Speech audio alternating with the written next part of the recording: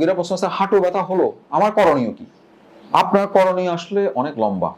আমি বলবো যে এক্ষেত্রে শুধু ওষুধটাই চিকিৎসা না।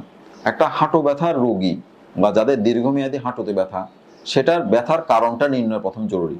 কারণ যদি আমি নির্ণয় করতে পারি, সেই কারণ নির্ণয় হিসেবে কিন্তু কিছু চিকিৎসা আছে যেগুলো ওষুধ, কিছু চিকিৎসা হচ্ছে রোগটাকে নিয়ন্ত্রণের ওষুধ, কিছু চিকিৎসা হচ্ছে আপনাকে আপনার জীবনধারা পরিবর্তন মানে কি? আপনার যদি ওজন, আপনার যে আদর্শ ওজন থেকে বেশি ওজন হয়, আপনার ওজন কমাইতে হবে, এটা হচ্ছে প্রথম কথা। কারণ আপনি যখন ওবেজ হবেন বা মোটা হবেন, আপনার শরীরের ওজনটা চাপ পড়বে কিন্তু সে হাঁটুর উপরে। তাহলে হাঁটু ব্যথার একটা অন্যতম কারণ হচ্ছে আপনার ওজন কমাইতে হবে। থার্ড হচ্ছে খাদ্যাভ্যাসের পরিবর্তন। আপনার যেগুলো প্রসেসড ফুড খান, বাইরের খাওয়া খান, সেগুলো অ্যাভয়েড করতে হবে।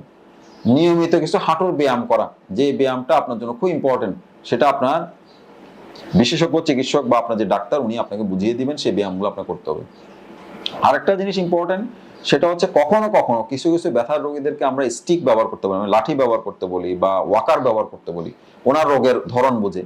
সেক্ষেত্রে কিন্তু এখানে লজ্জা পাওয়ার বিষয় না, আপনার রোগের ক্ষেত্রে কিন্তু সেটা ব্যবহার করা লাগতে পারে, সেটা ব্যবহার করতে হবে।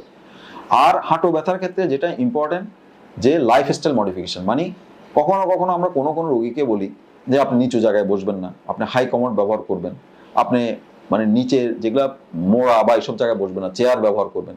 এই জিনিসগুলো কিন্তু আপনাকে মেনে চলতে হবে ওষুধের পাশাপাশি।